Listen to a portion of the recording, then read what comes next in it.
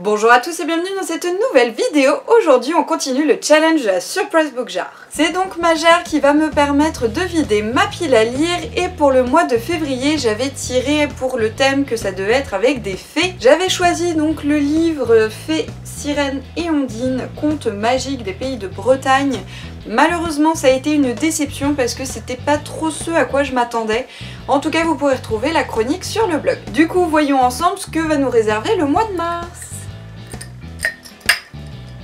Allez, tirage au sort.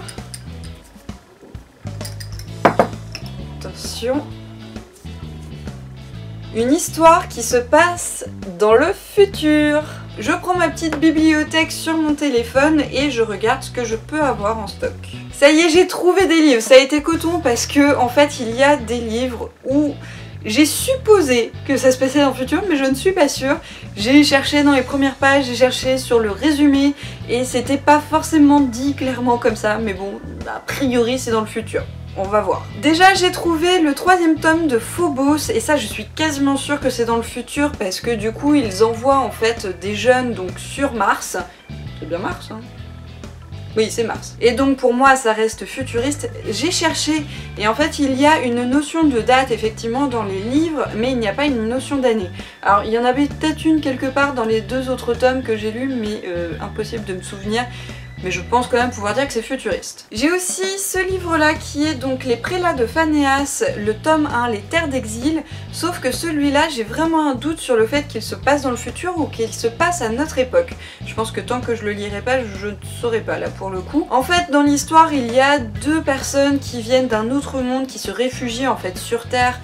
Enfin, il me semble que c'est sur Terre en plus, je suis même pas sûre. Et elles sont à la recherche des prélats de Phanéas, donc voilà, c'est un peu futuriste, mais je ne sais pas si, en fait, c'est intégré à notre quotidien, si c'est intégré à notre aujourd'hui. Donc vraiment, celui-là, j'ai gros doutes, et voilà, du coup, y sais pas. J'ai aussi trouvé Fusion, qui est le tome 2 de Pure, et pour moi, voilà, ça se passe dans le futur.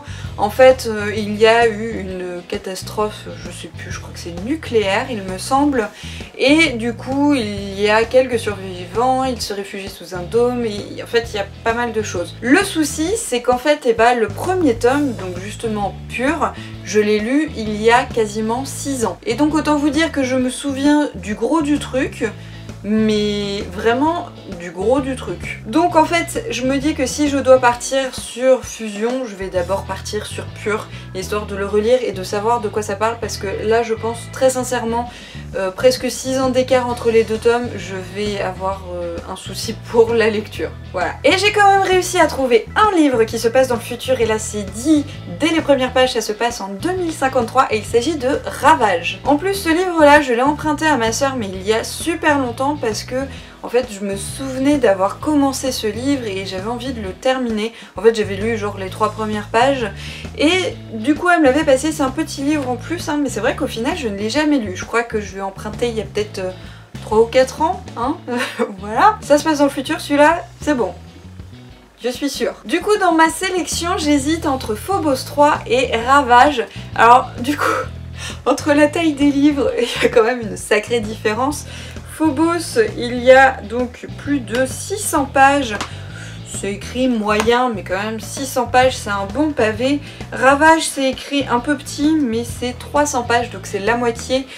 Et c'est un poche aussi, puisque là c'est un grand format. Du coup, sachant que j'ai d'autres choses à lire ce mois-ci, voilà, je m'étate un petit peu, mais c'est vrai que je pense que la taille du livre va influer sur mon choix. Hein.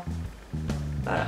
Ce sera donc Ravage, et en plus comme celui-là je suis sûre qu'il se passe dans le futur, hein, c'est dit, c'est écrit dans les premières pages donc ça c'est bon. En plus je me dis que c'est pas mal parce que c'est vraiment un livre voilà, que j'ai emprunté il y a très longtemps, qui date aussi quand même de 1943, hein, donc je me dis c'est pas mal que je prenne enfin le temps de le découvrir. Voilà. Et alors pour Ravage, de quoi ça parle? Donc, de l'autre côté de la Seine, une coulée de quintessence enflammée atteint, sous les sous-sols de la caserne de Chaillot, ancien Trocadéro, le dépôt de munitions et le laboratoire de recherche des poudres. Une formidable explosion entr'ouvre la colline. Des pans de murs, des colonnes, des rochers, des tonnes de débris montent au-dessus du fleuve, retombent sur la foule agenouillée qui râle son adoration et sa peur, fendent les crânes, arrachent les membres, brisent les os. Un énorme bloc de terre et de ciment aplatit d'un seul coup la moitié des fidèles de la paroisse du Gros Caillou. En haut de la tour, un jet de flamme arrache l'ostensoir des mains du prêtre épouvanté. Grosse ambiance, hein, je me souvenais pas du tout de ça. En fait pour moi c'est vrai que je me souvenais donc effectivement du futur et de ce que je m'en rappelais, mais c'est peut-être pas le bon livre, je sais pas. Pourtant quand je vois la couverture ça a l'air, pour moi je me souviens en fait d'une espèce de grosse panne d'électricité et pas que électricité, un peu électromagnétique ou un truc du genre. Du coup je me souviens d'un avion qui tombe et du fait que ils aient leur mort en fait chez eux, genre ils sont agencés en scène et que bah, du coup ça commence un petit peu à moisir tout ça. Je crois que c'est ce livre là, ça se trouve pas du tout et je confonds totalement. Donc bon bah je vous dirai ça la prochaine fois et je vous dirai ça aussi dans ma chronique sur le blog. Je vais découvrir enfin Ravage. Et voilà, c'est terminé pour moi et ce tirage au sort de la Surprise Book Jar. N'hésitez pas à mettre un petit pouce bleu si ça vous a plu et un commentaire si vous avez des questions ou une remarque. Et sur ce, je vous dis à la prochaine pour une nouvelle vidéo. Salut à tous!